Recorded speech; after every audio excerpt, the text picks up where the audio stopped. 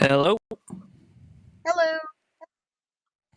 Okay, here we are for episode 53, but I have someone else to bring in first, and surprise, surprise, give me a second. Ah! Woohoo! Yo! Hey! What's up? Oh, hey, man. Episode 53, Thor and Ms. Well... How's it going, Roxanne? Going all right. How about you? I'm doing good. Ah. Hey, everyone. Welcome back to the AstoundCast, episode 53, part 1, because I'm doing part 2 tomorrow, talking about all the other stuff I'm doing, usually because, as you can hear, we have the after credit scene, aka Rodney, with us to discuss Thor, Love and Thunder and Ms Marvel. What's up? Hey, my man, how's it going? Things are going good, man. Just good. Right. How has people's weeks been to start with? my week's been pretty good, man. I've been in between Marvel stuff and shows and stuff, I'm finishing up my summer with work stuff, and so I haven't posted anything new, but other than that, just been enjoying all the stuff I'm hearing coming out of Comic-Con. That's been a lot of fun. Oh, same. That's amazing. Well, on our side of the pond, we've been melting badly. I've heard. Yeah. Yeah. On Monday and Tuesday, I think the UK was pushing about 100 degrees Fahrenheit. Just about. Oh, jeez. Yeah. Yeah. Hey, we had about a week and a half where that was every day. Yeah. We had high 90s about is a week normal and a down half. here. We had about a week and a half of very high temperatures, but Monday and Tuesday were by far the worst. Wow. To put it in perspective, there were airport runways melting and train tracks exploding. Jeez. Yeah, London had the worst of it. At one point, there was 15 houses that went on fire in the same area of London. Wow. It was bad. But thankfully, the rain has come and basically brought us back to normal temperatures. Whew. Good. Yeah, the over here when it starts getting that hot, it's humid too, and so it stays right on the cusp of raining almost every day, and it'll get hot, and then it'll rain for 20 or 30 minutes, and then it's steamy and muggy and hot. And then it takes a couple of days of that before it kind of breaks. And so the last day or two has been pretty good, but luckily we've got enough pools and water slides and all kinds of stuff to keep us cool.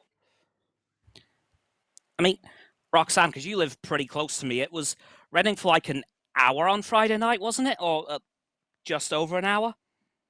It was raining pretty heavily for an hour on the Friday, and then Saturday was also just on and off heavy rain. Yeah.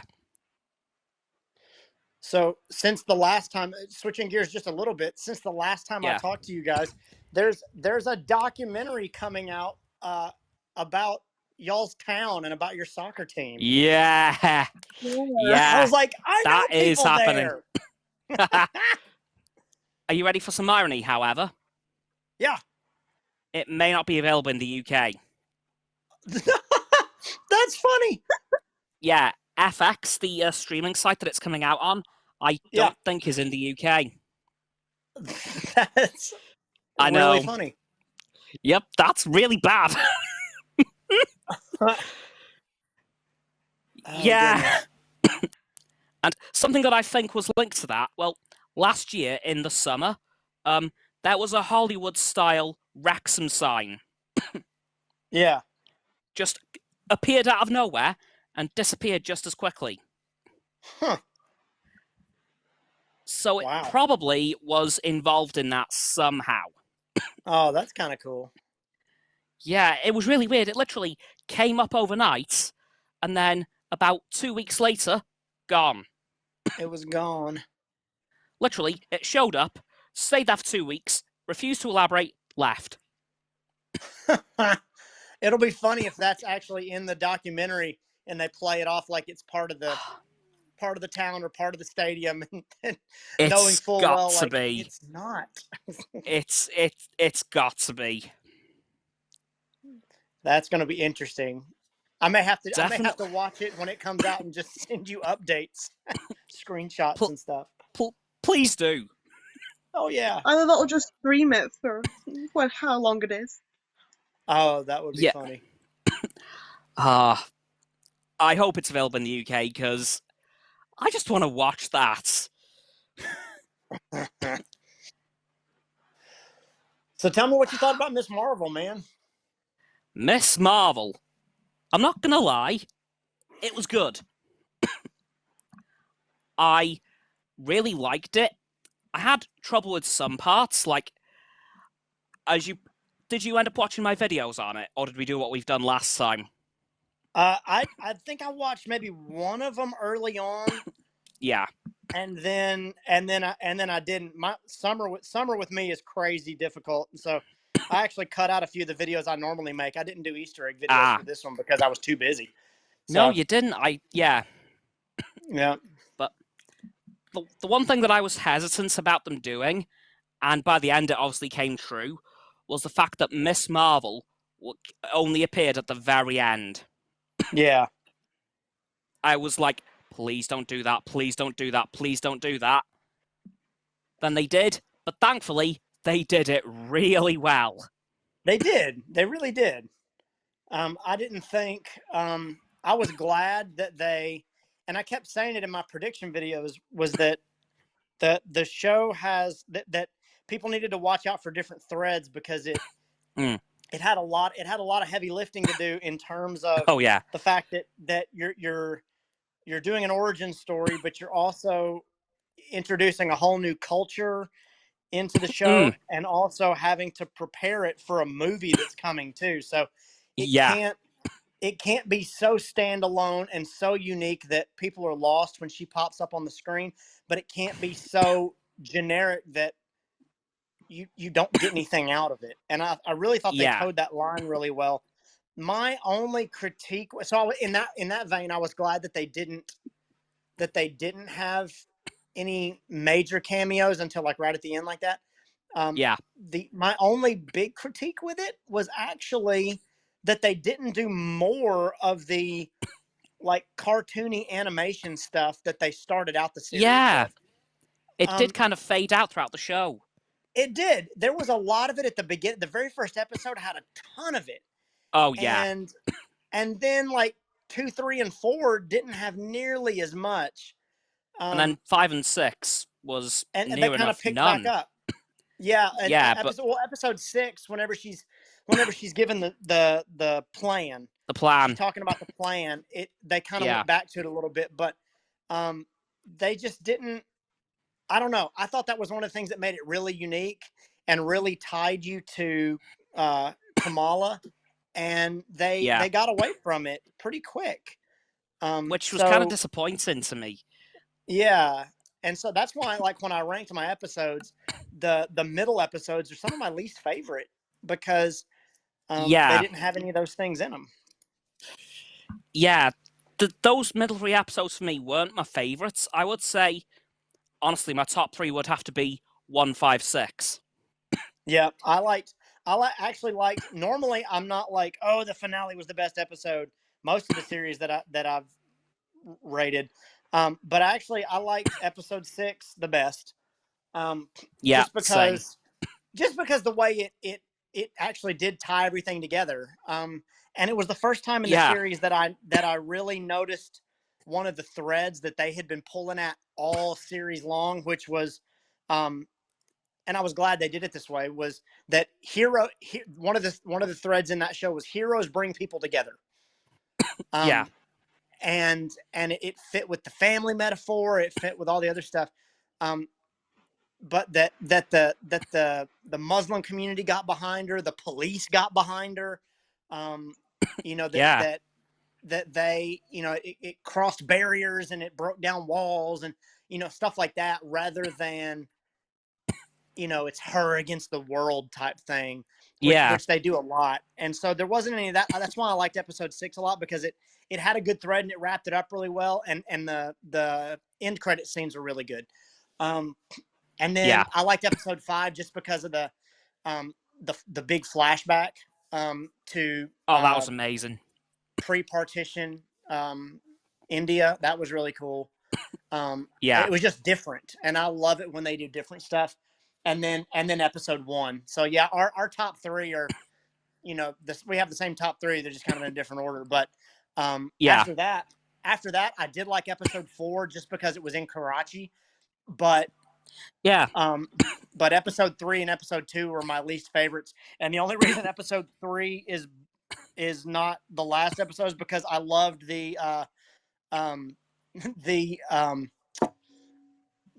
fight scene in at the wedding, and I love the wedding dance. Oh yeah. Like, just all of that wedding was scene really was cool. amazing. It was a really cool backdrop for everything. Yeah. But honestly, the wedding sequence was one of my favorite parts of the whole show. It was cool. I was glad that, and I Yeah. went into it. I read some comic books about halfway through, but the only thing I knew about Kamala going in was what her powers were and that she was Muslim. But beyond that, I didn't know, and she was an Inhuman. Beyond that, I didn't know anything else. And I really was relying on Marvel to introduce me to the world, and that's kind of how I judged whether or not the series was good. Yeah. And I really thought they came through. I mean, she felt different, but she felt like she had her own place. And the story did not feel forced. No. And I know a bunch of people. I didn't think it deserved a lot of the hate that it got. And any of the hate that it did get, I thought was just people that were just ignorant or naive about the story or about the character or stuff like that. And once I started reading the comic books, a lot of the shots from the show and a lot of the things that they did were just pulled straight from the comic book pages. So yeah, that was really, really cool. Oh, absolutely, yeah. Roxanne, did you watch it? Afraid not, but I've been watching through both of your overviews and reviews on it. So we got to get you Disney Plus, Roxanne. Yeah. we've been talking about it. We got to do it. It's got to happen. Yeah. Hell, what I could do is get an account set up, like a sub account on my account. That's what you need to do right there. Yeah. That way, because they won't flag you guys if you're in the same town. If she starts popping up on my account, Disney's gonna ban one of us. Yeah. But yeah, I could just set you up on my account. That's what you got to do. Cam's got Yeah. I don't know why I haven't thought about this sooner. I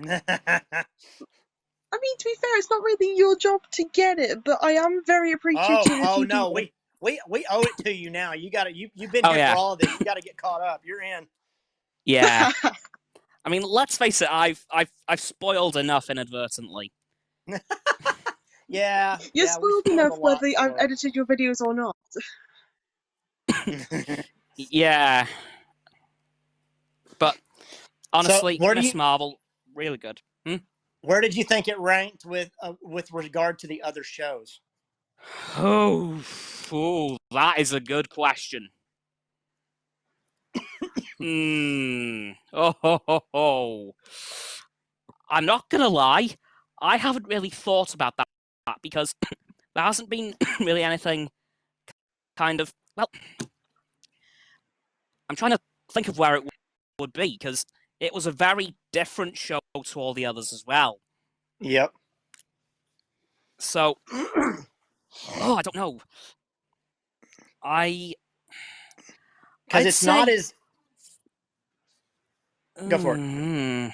It's not as unique as some of the others, but no, it has the added advantage of being a new character. So, I don't know. Yeah. I mean, so what? There's been, let's see, there's been Falcon and Winter Soldier, WandaVision, What If, Loki, Moon Knight, Ms. Marvel, and am I missing any?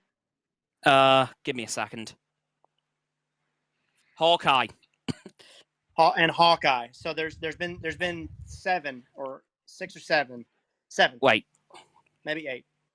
WandaVision, What If, Ms. Marvel, Moon Knight, Loki, Hawkeye, 6. Falcon and the Winter Soldier. 7. That's 7. I place this one in the slap bang in the middle, number 4. Yeah, I'd probably put it. It's definitely in my top 5. I'd put it 3 or 4. It's competing with Hawkeye for me. Yeah, top 3. So it's either 3 or 4. Because to me, I mean, Moon Knight is my new number 1. And Loki is a close second. Yeah. And then Hawkeye and Ms. Marvel are competing for me because Hawkeye was great, but it didn't feel very unique either, except for the fact that it introduced some new characters. But it was well written and it was a good story, and it didn't really have a lull to it. This one didn't really have a lull to it either. I thought the story moved pretty fast, but compared to, I think the newness of it, and the more comedy laden and family laden aspects of it gave it a little bit of a kiddie feel to it, and not in a bad way necessarily, but just for me personally watching it, there were parts that could have been a little cheesy, that normally in another serious series would have been played as like a campy tongue-in-cheek joke, which is I think why some people didn't like it. The best comparison I heard was some people thought it was too much like an old Disney Channel kids show. Oh God, which didn't necessarily bother me. I was like, well, yeah, I can see that, but it was that, but it was set in the Marvel universe, so it was still fun and it was still good. That complaint, coupled with the fact that people didn't like her powers being changed, well, they weren't I think really. They're gonna. I mean, it's the same powers. It's just how they look. And they describe them different. But I was kind of glad that they did that because it makes it less redundant when you start introducing Reed Richards later on, and all of a sudden their powers look similar, and it's like, okay, well, why do you need 2 of them? And it gives them some more differences other than just, well, she's Muslim and he's smart. Like they needed to have some more differences, and I was glad that they tied it to some other cultural things, and they tied it to some other mythology. It gave it a little more depth. Did you like that they strayed away from the Inhumans thing? Yes, absolutely. Yeah, of where they strayed to. Yeah. I like, and a lot of people were saying, and I even said it in one of my videos. I was like, it doesn't matter too much. You know, it's exciting that they use the word mutation, but it doesn't mean too much that they said mutation, because like, and even Kamala kind of dismisses it. She goes, well, it doesn't matter what you call me. It's just another label. Like, I think that would be an interesting storyline for Marvel to approach, is the rest of the world deciding what to call them. Are you a mutant? Are you an Inhuman? Are you, and then these different classes of like, well, are you a superhero? Are you an Inhuman? Are you a mutant? Are you a, I think the cultural and political aspects of that are going to be really cool for Marvel to explore. But I think you're right with the whole being the word mutation not mean anything, but it was the music that accompanied that could very much mean something. Cool. That was cool. Because they did include a brief second or two of the X-Men 97 theme. They're getting some play out of that because they did it in Doctor Strange. Yeah, which tells me two things. One, Kamala could be a member of the X-Men in the MCU. That would be cool. That would be amazing. And it also tells me that that theme could very well be the MCU X-Men theme. I think that's what they're doing with it. I would love that. That would be awesome. I would be so happy because you really cannot change that. Especially with X-Men 97. Yeah. It's already recognizable. It's I mean, it's great. It just works really well. It was a smart move. Yeah. And have I ever told you the theory about film theory's theory about what's going to happen at the end of X-Men 97? Oh, no, go for it. Well, his theory is, when X-Men originally entered back in the 90s, there was a comic series that continued on the story. Yeah.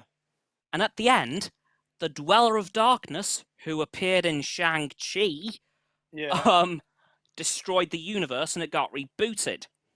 Oh, yeah, you told me that. Yeah, and Matt Pat theorizes that when X-Men 97 ends, it'll be rebooted into the MCU, which would explain the X-Men 97 theme being the X-Men MCU theme. Oh, that would be cool. So you think they're going to add some stuff to the show and add that in and kind of fold it in somehow? Well, a couple of days ago, I made a very, very, very early prediction / theory for X-Men 97. An Avengers crossover. Well, that would be cool. Because there was an Avengers cartoon in the 90s as well, set in the same timeline. Yep. I'd forgotten because all those cartoons in the 90s were in the same timeline. Yeah, because they would. Yeah. Yep, you're totally right.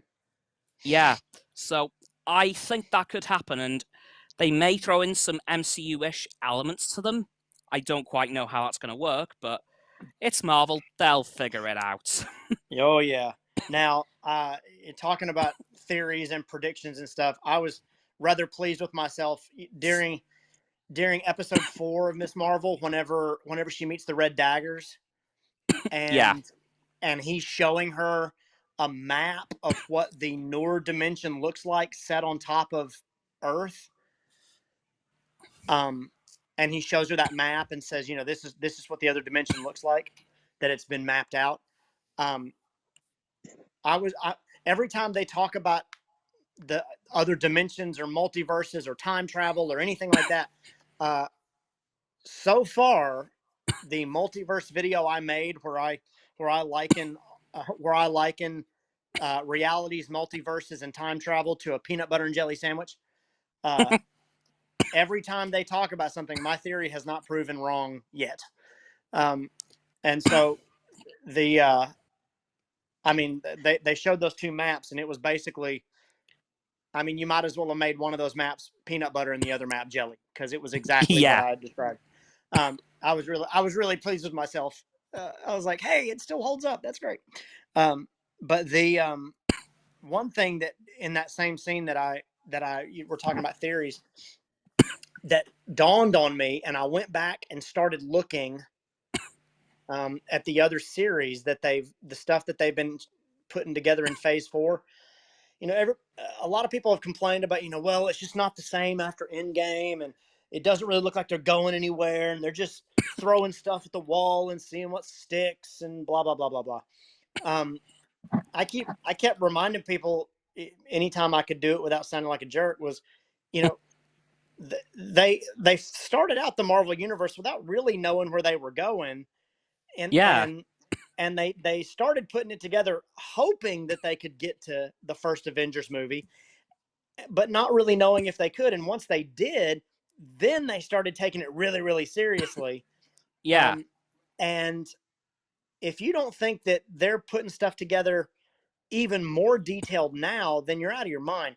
And it wasn't until that Ms. Marvel episode that I forget what they said. It was some line that I went, oh, and I went and looked back, and this Comic-Con stuff just reaffirmed it. And I wish I have a video out there somewhere. I'll have to pinpoint it.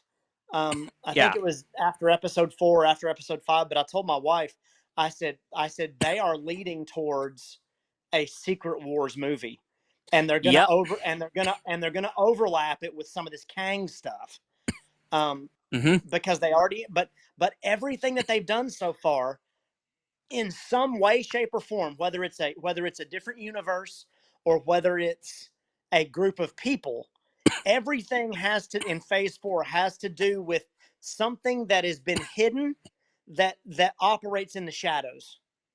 Right. Yep. So, Shang-Chi is about, the 10 rings and that organization that's a hidden organization that operates in the shadows. They also talked about an alternate dimension that nobody knew about. Yeah. That operates in a different, there's a hidden dimension. There's a hidden group of people. Moon Knight is about Egyptian avatars that operate in secret. They walk among us. Spider-Man and Doctor Strange were both about hidden dimensions and alternate realities that every one of these shows has had some element of people that were hidden that you didn't know existed. And I'm not just saying that from a like, oh, it's a new character that Kamala Khan was a character that you didn't know existed and they're introducing her, so that's a stretch to say she was hidden. But I'm not even talking about that. I'm talking about or about Kate Bishop in Hawkeye. I'm talking about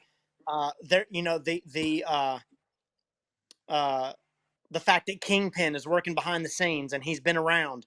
In Black Widow. In Black Widow, you didn't know that the Red Room and the Widows were still around. Exactly. And you get reintroduced to the fact that, hey, they're still around.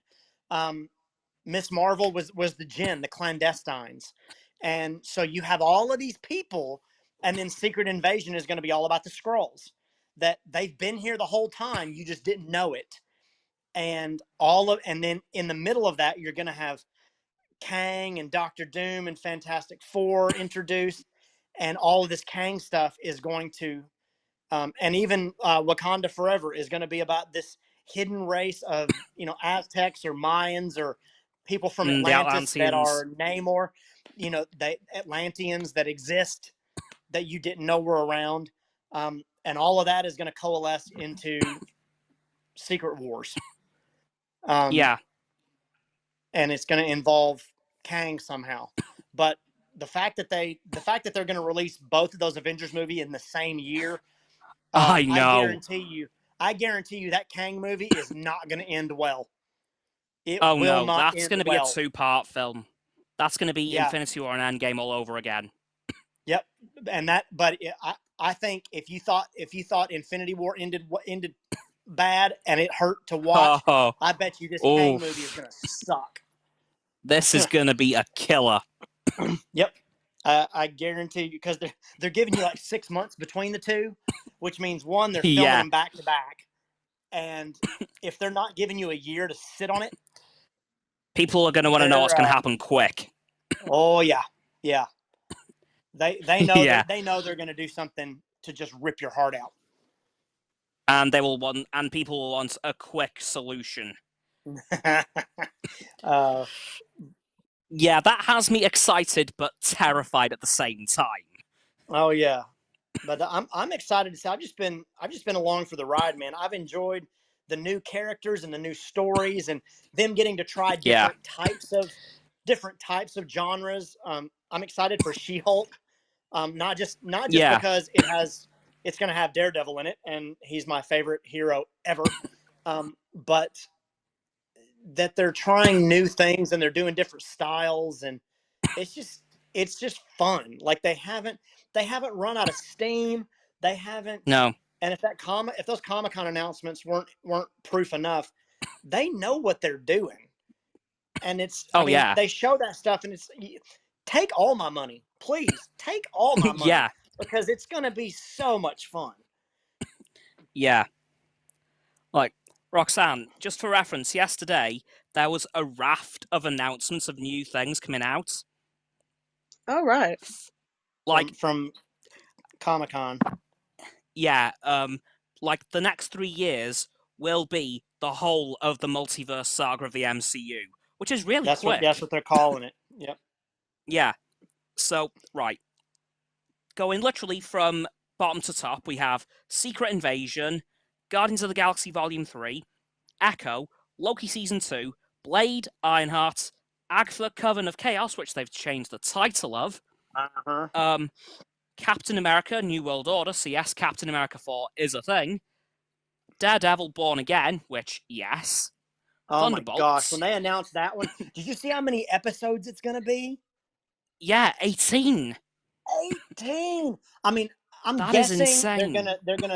I'm guessing they're gonna film them all together and then air them split up like 2 seasons, but just have a shorter break between them.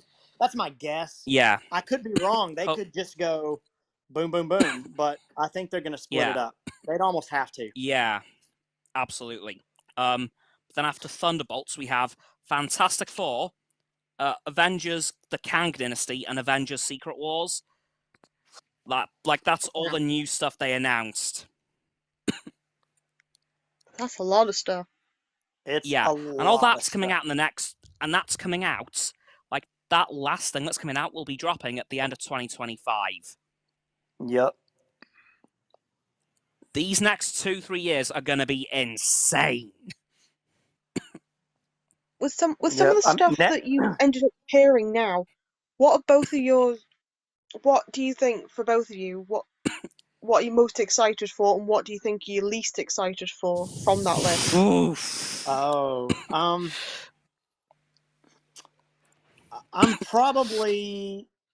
most excited for Quantum Mania and Daredevil. Yeah.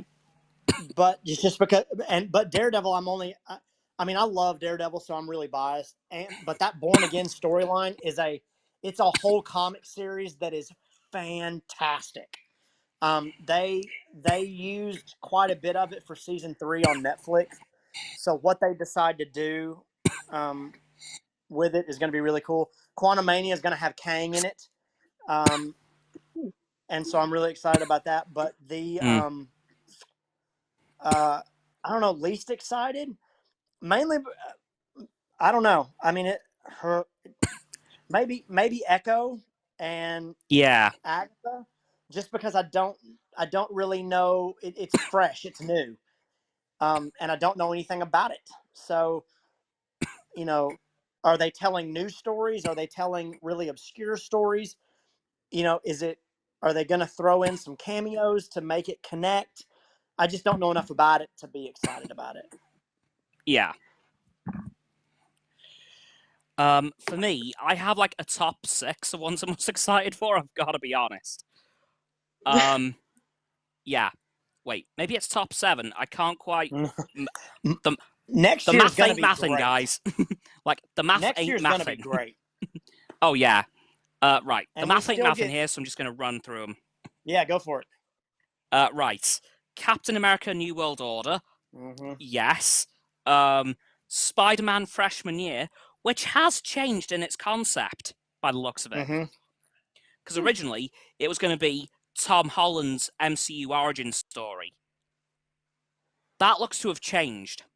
Yeah, especially with the way they're introducing other characters into it. That I'm holding out judgment on that to see if is it really connected to the MCU, or is it just something separate? That's what I'm thinking. So that's what I'm definitely excited for, because for me, Spider-Man's my favorite superhero of all time, so that's an immediate win. Of course, X-Men '97, like that first look that we saw at Comic-Con. Oh my god! It looks so good. It's gonna be good. And that was just from stills. There wasn't any footage shown.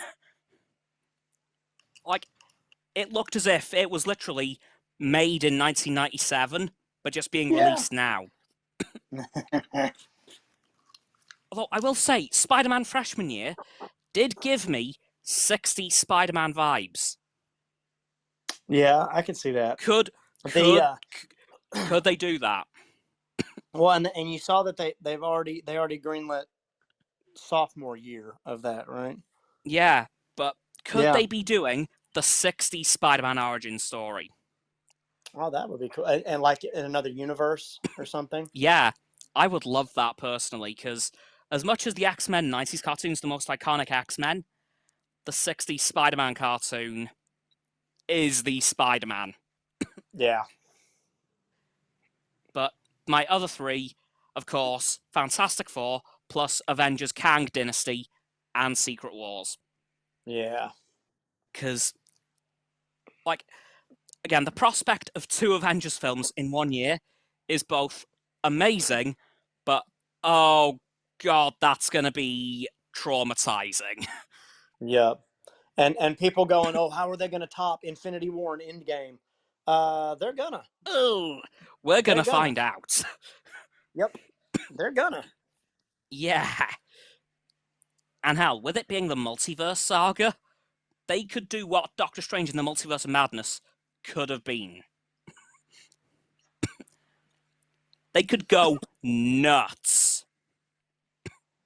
Yeah, I think it's gonna be crazy. And I wonder if, the Russos have said that that's the one movie that they would come back for. And if they did, it would be the biggest thing that has ever been done in cinema ever. Oh, yeah. But I have heard that Kang Dynasty and Secret Wars will not have the Russo brothers involved. Really? Yep. Which I'm kind of sad about. Yeah, I think they could do a good job at it. I haven't disliked anything they've done. Oh, same. But honestly, those would be my top projects for the next couple of phases. My bottom ones, however, that's difficult because I'm looking forward to everything. There's nothing that's making me say, ugh. There's nothing making me say, ooh, do I want to watch that? I'm looking at the list right now and I'm thinking, yes, yes, yes, yes, yes, yes, yes, yes, yes, yes, yes, yes, yes, yes. Yeah. Like, there is nothing I don't want to watch. I'm more intrigued by the Agatha show than I was when it was just called House of Harkness. Yeah, same. I mean, I thought when I had an idea in my head of what it was going to be when they named it that, because I thought, oh, it's going to be her origin story. How did she get the dark hold and blah blah blah. And it may still be that, but it could be that now that the dark hold's gone, somehow Agatha is released from her prison that Wanda put her in. And she goes looking for Wanda and somehow finds her and trains her and nurses her back to health or something like that. Like, it could be a really, really interesting story. But again, I'm more curious about it because I don't know what it is now. But and coming off of that is where they could reintroduce Quicksilver. Yes. Because I'm still on the train of he was a double red herring. Yep, me too. I don't that was think a double you fake out all the way. I don't think you use that actor as a as a fake out. Yep, I don't think you use him as a fake out. I just don't. And something that's only crossed my mind recently about. No, go for it. Yeah, go. Something else that's only just recently crossed my mind somehow is if he was Ralph, how would he have Quicksilver's powers? Yeah. He wouldn't. And yeah, I don't think he would have powers just because Wanda thought it was him. That because There's no way. he was doing things separate from her. Yeah. You know? And he was acting just as Quicksilver does. Yep. So yeah, no, there is no way that he is actually Ralph. He is definitely Peter Maximov all the way. Yeah, it's going to be interesting to see what they do with it, because they've got a lot of pieces there that they can play with and make some really simple jumps without having to, you know, resurrect somebody from the dead or retcon something. They've kind of set some stuff out there that could be useful. So I'm excited about all of that. But tell me what you thought about Thor: Love and Thunder before our time gets away from us, man. Yeah. I just want to very quickly say something else as well. Okay. In relation to Fantastic Four. Marvel, please, for the love of God, do not recast John Krasinski, please. Oh, you didn't like him? No, I did. I loved him. But there's now rumors going around that he's being recast.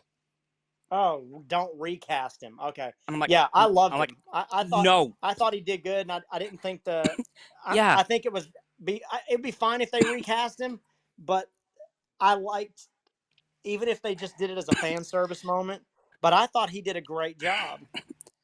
Yeah. So Marvel, please, please, please, please use your brain. Do not recast this man. Please. Anyway, Thor: Love and Thunder was really good. I liked it. Not my favourite of the Thor films, but definitely the second. So you would go Ragnarok, Love and Thunder, original Thor, Dark World. And Dark World dead last. Yeah. It had a lot of interesting elements to it. Like, again, I don't want to spoil too much because I know Roxanne does want to go and see it. Oh, and by the way, it is not finished in cinemas. Oh no. No. So the one thing that makes it, it was, my wife and I were laughing, like crying laughing through most of that movie. Yeah. But the one thing that pushes that one over the top for me, other than over Ragnarok, even though well, I'll give it to you this way. One, the reason it's two things push it over the top for me, why I like it better than Ragnarok. Somebody had to point out to me that Loki was not in that movie. Yeah. Like, I was like, oh yeah. I mean, like, I knew he wasn't. Obviously, I'm watching the movie. I know that Loki's gone, but it didn't register. It didn't bother me. Like, I enjoyed the story. But the villain. Yeah. Christian Bale knocks that villain out of the park. He is so creepy and so good. And the battle that they have, I won't give away the location or anything, but the battle that they have where the color scheme changes. Yes. Excellent. Yeah. Absolutely Roxanne, excellent. Just saying, if you want to go watch it, we could go watch it at some point. Yeah, as long as you're not busy, but I know you're busy for the next couple of weeks. Yeah, next 2-3 weeks are a bit nuts. And have you watched Ted Lasso? No. Okay. So the bonus scene, the after credits scene, the mid credits one, yeah, was a character from Ted Lasso. Oh. And he has a little theme song in the Ted Lasso show, and my wife and I started singing that song when we saw him pop up, because we love that actor, and that was a really cool. Again, another character that is hidden and walks among us that you wouldn't know was around. That fits my Secret Wars theory. But Yeah, that whole story was great. I liked and here's a theory for you that, and it'll be for you to go watch it again, and for Roxanne when you go see it. I'll throw this out there and just let it melt your brain for a second. A lot of people complained about the fact that this movie felt too over the top and too silly and too goofy, and a lot of the scenes were a little disjointed or they felt weird. The trailer and the movie start off with Korg narrating it. They say it's Korg saying, "Sit down, children, and we'll tell you the story of Thor." Oh my! So what if the reason that most of that movie seems over the top and goofy is not necessarily because Taika Waititi directed it and he's weird, but because Korg is telling the story and he's embellishing like a lot of it. Oh my God! Yes. Wouldn't that be awesome? I mean, like when you watch it again, go back. I mean, like that's why some really heartfelt scenes aren't as deep and don't last as long, because he's cutting through it with a joke and he's talking to kids about it, so it never gets really deep. That'll do it. He doesn't dwell on some of that stuff like he would have. And the only other scenes that are super scary are the ones involving gore that the kids were actually therefore like part of. Yeah. That would explain my favorite part of the whole film. The goats. Oh my gosh, those goats are amazing. Right, Roxanne, just for a bit of context, there's literally 2 goats that just scream at random points in the film. Oh my gosh. And you forget, and just the spots that those goats start screaming is amazing. It's so funny. Like, can I just say, those were the best early warning system for gore. That was so great. Like, I wonder when Thor's going to show up. Did you know that he that Taika Waititi wasn't gonna that it wasn't until his kids or somebody showed him the Taylor Swift video of the goat screaming to one of her songs that he thought to add that in there? Yeah. By the way, Roxanne, those goats were inspired by Taylor Swift. No. Oh my God. They're in the comic books. The goats are actually in the comic books, but the fact that they scream is because he saw a meme where they're screaming goats. The Taylor Swift like, goat, that's hilarious. the goat screaming meme. That's why, yeah. Oh, that's clever. That is very clever. It was and good. Hilarious. Yeah, and I thought it was cool. They use a lot of the actors use a lot of their own children in the movie. Yeah, that was really cool. And then the double meaning of the title of the movie. Yeah. Well, I was like, oh man, that's really cool. That's really cool. It made it less cheesy for me, because at first I was like, why did you call it Love and Thunder? Like, that's kind of dumb. And then when you realize why they did that, it's like, oh, okay. Yeah. I can get on board with that. I will admit, the Korg theory does make this film like 1,000 times better. I know, isn't that great? It's not my theory. Yeah. I saw it somewhere else on TikTok, but I was like, that makes perfect sense. Yeah. Also, I do just want to quickly touch on something. In regards to Ironheart, do we know who Ironheart's mentor was in the comics? Oh, I don't. This is going to break some hearts if it does come to pass in the MCU. Well, Tony made an AI of himself. Oh. Yep. You know the whole hologram Iron Man? Yeah. That's what, yeah. Oh, that could be interesting, though. Yeah. Riri Williams' mentor was Iron Man. That'll be interesting, especially if they decide to use that.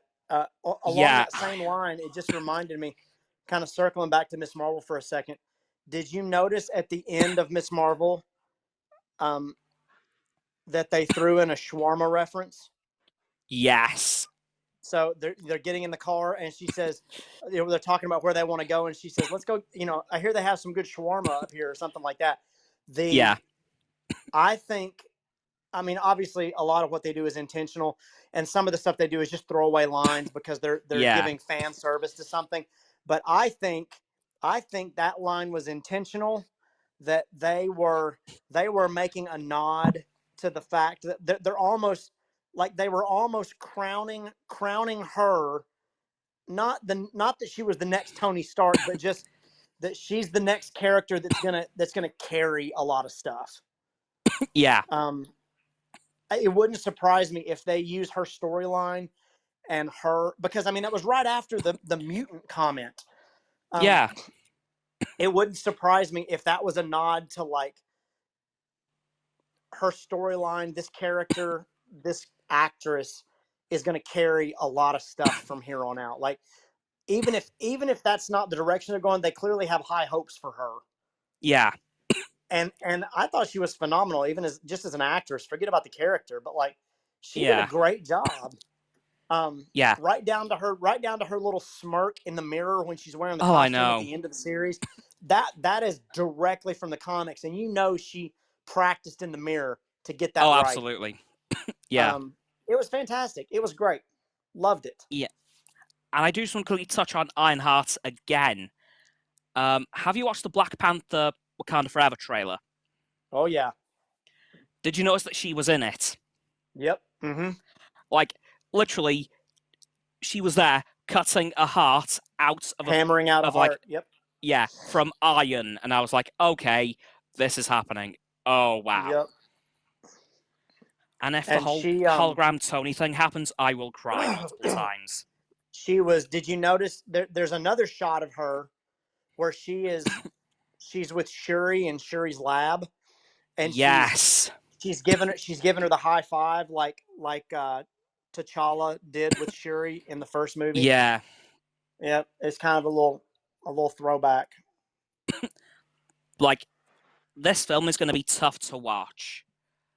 Yeah, it's going to be really, really good. I thought, just watching the trailer, I thought, forget about how emotional it's going to be just because Chadwick Boseman's not in it, and they're talking about his death, but like, it looked visually amazing. Oh yeah, it looked fantastic, and I'm excited to see what Marvel does with their version of Aquaman. Like, how much? Well, you mean Namor? How much better? How much better are the underwater scenes gonna be? Oh, I hope much better. You know that there's no way they're putting this out without making sure that they kind of thumb their nose at DC when they do this. Yeah. Oh yeah. There's no way. You know that pressure's there because DC actually did a good job with those underwater scenes. They were not bad. No, but they could have been better, and I think that's what Marvel are going to aim for. Yeah. And as much as DC had some good stuff to share at their panel, it was like Marvel went, "Here, hold my beer." Like, oh, absolutely. Like, let me show you how it's done. Yeah. Oh my gosh. But unbelievable. What's so jarring is that that's going to be the end of Phase 4. Like, what? And they still have not, and I think they're going to do it at D23. They still have not, they haven't really touched on mutants. They haven't talked about Deadpool. There's several other things that some of the series and stuff that they did not even talk about that I think they're going to introduce at the Disney convention. Yeah, because as we know at the moment, Phase 6, is just Fantastic Four and the Avengers films. No way. Nope, I refuse to believe that's it. They're not going to release some of that stuff yet because no. I have a feeling that some of the names of those movies are going to give away too much. Yeah.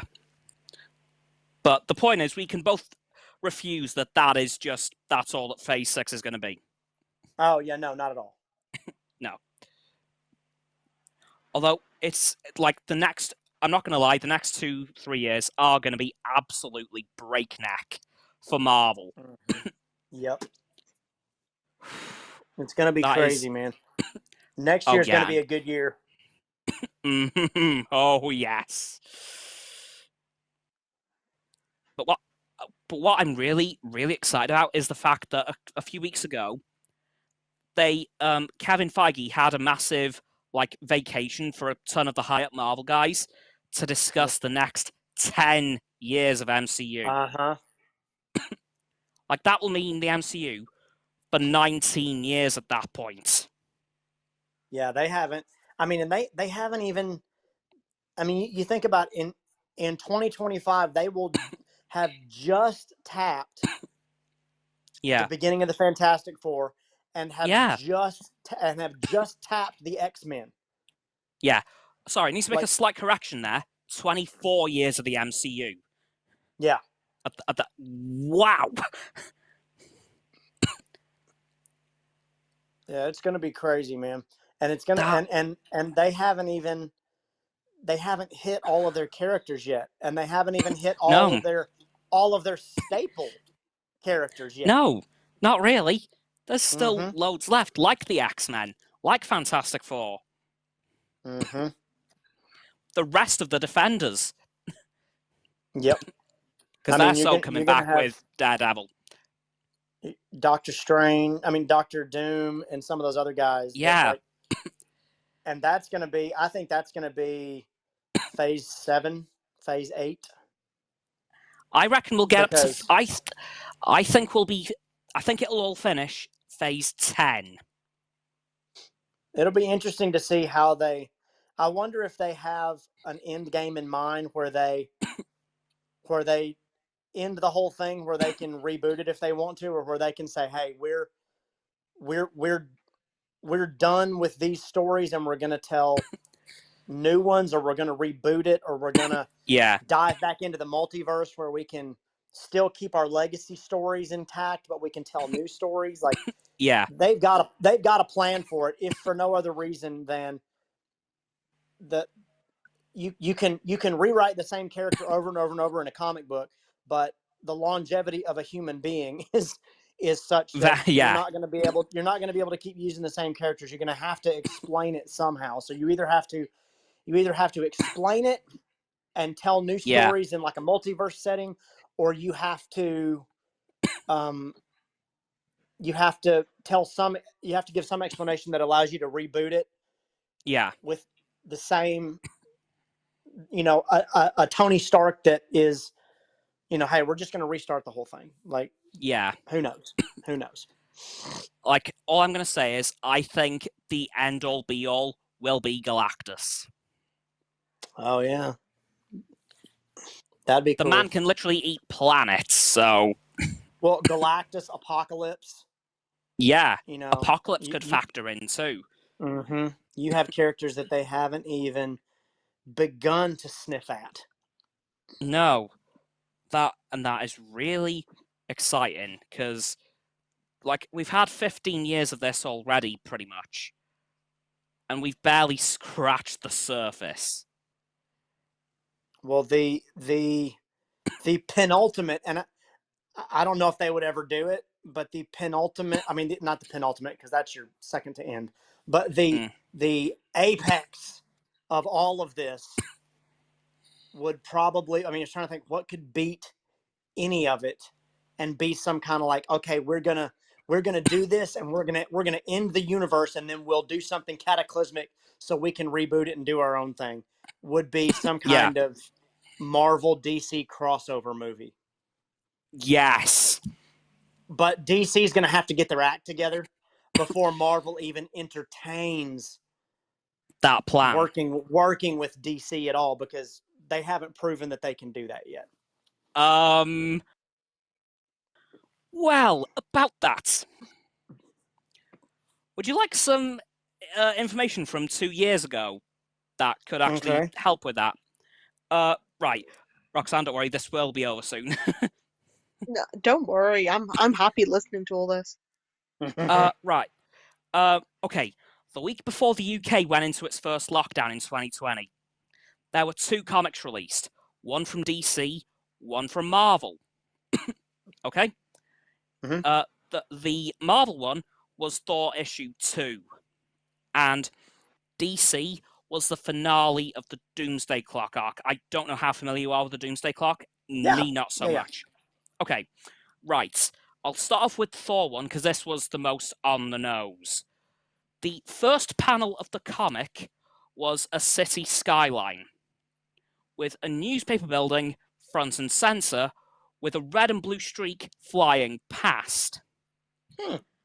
Now, the name of this newspaper building was actually shown front and center. Oh, is it the Daily Planet? Are you about to throw Daily Planet at me? Yes, it was.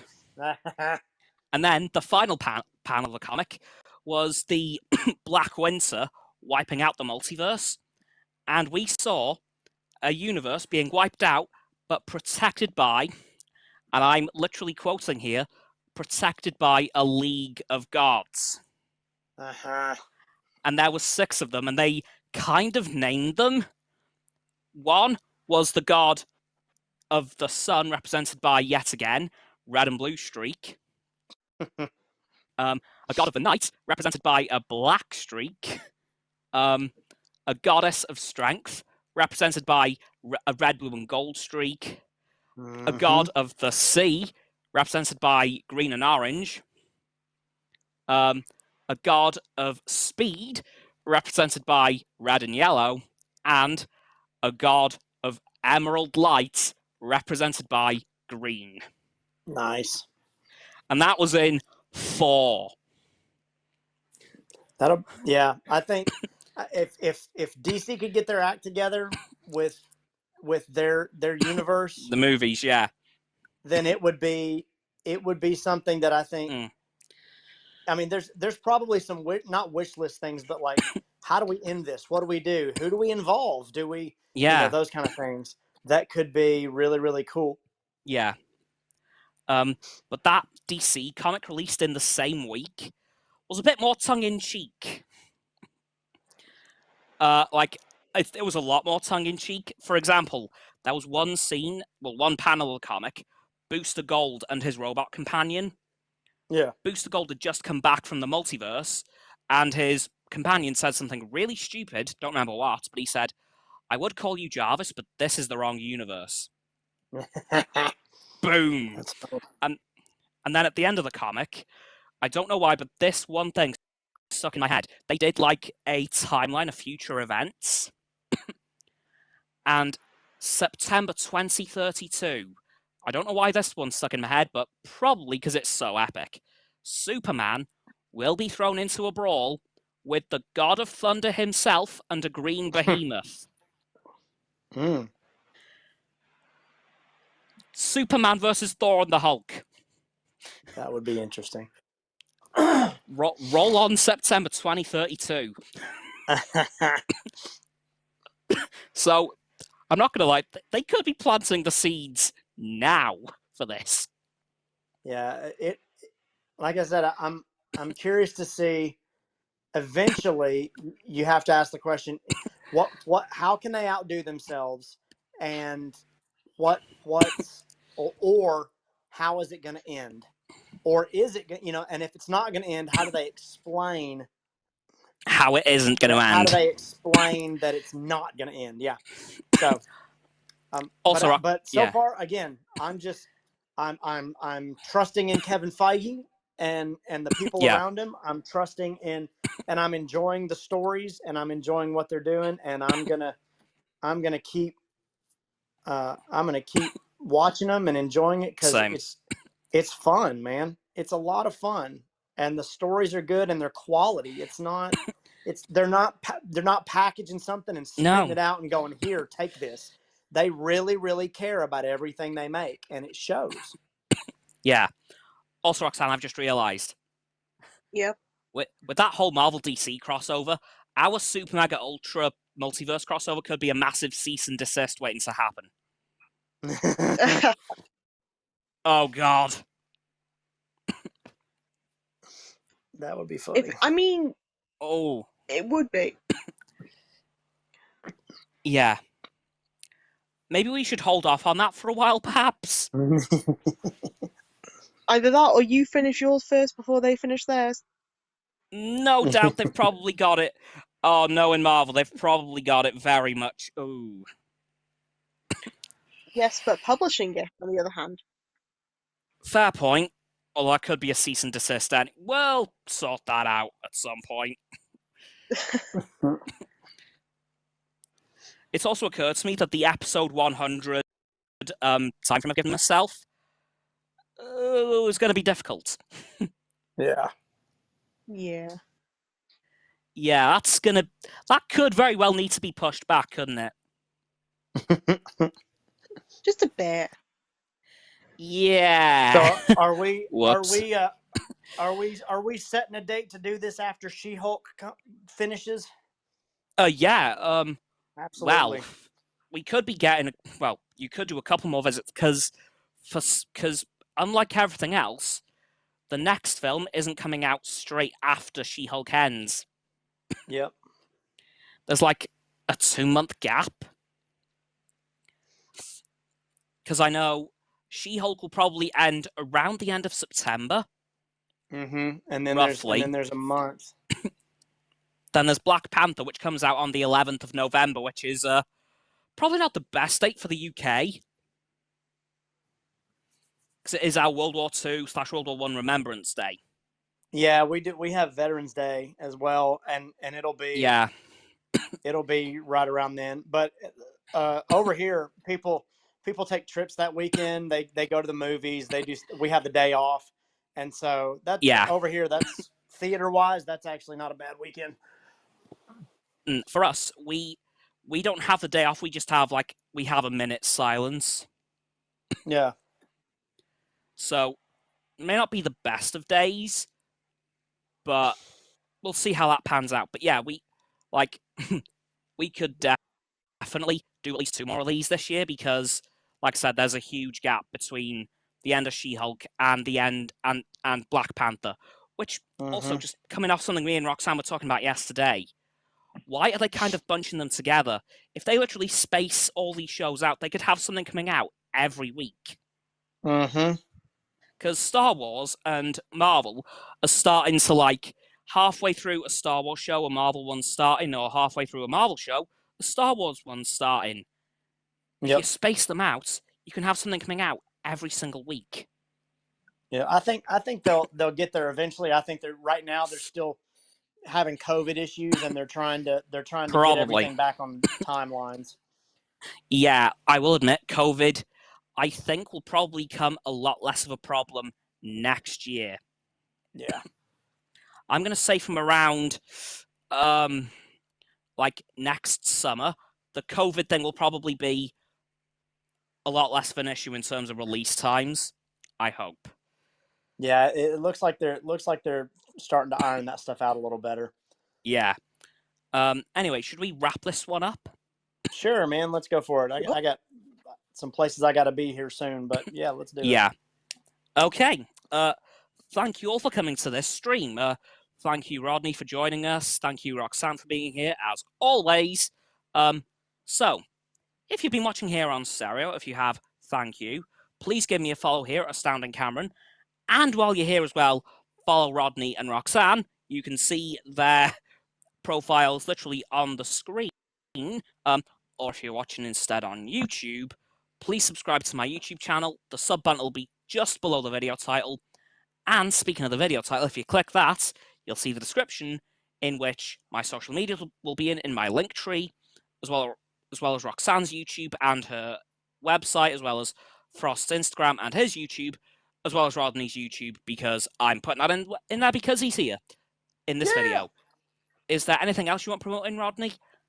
No, man. Just this'll end up being on my YouTube as well. So like and subscribe. Of course. And then, as I say in most of my videos, share this sucker all across the multiverse, and we'll do it again when the next one drops. Okay, I like that. That's cool. But and this time, the next time we do one of these, Roxanne, you'll have watched some things on Disney Plus because Cameron's going to get you hooked up. Yeah, I will make sure to watch as many as possible, and probably the next thing that comes out as well. Yeah, you get to binge some things. It's going to be great. Yeah, I'm not gonna lie, Roxanne. I might set up your account right after we finish. Yes, I'm super excited for Roxanne. At least I know if I need a topic for my degree this year, I've got all this to start going off of. And with all of that, guys, I will see you tomorrow with the AstoundCast episode 53 part 2, and see you all next weekend with another stream. But do we have a fun fact from Roxanne? We do. A random fact I ended up finding was in one of the Marvel comics, they ended up publishing an artist resignation letter. So David Cockrum, Marvel artist, resigned from Marvel in 1979. But in one of the Iron Man comics, they actually published his resignation letter in there. Wow. Very cool. Okay, amazing fact, and I love that you kept it on theme. I'm going to have to go searching for that now. I'm curious. Oh, me too. Right, and with that absolutely iconic fact, guys, bye, everyone. Bye, guys. Bye. Good to see you. Good to talk to you. Bye. Woo. Bye. See ya.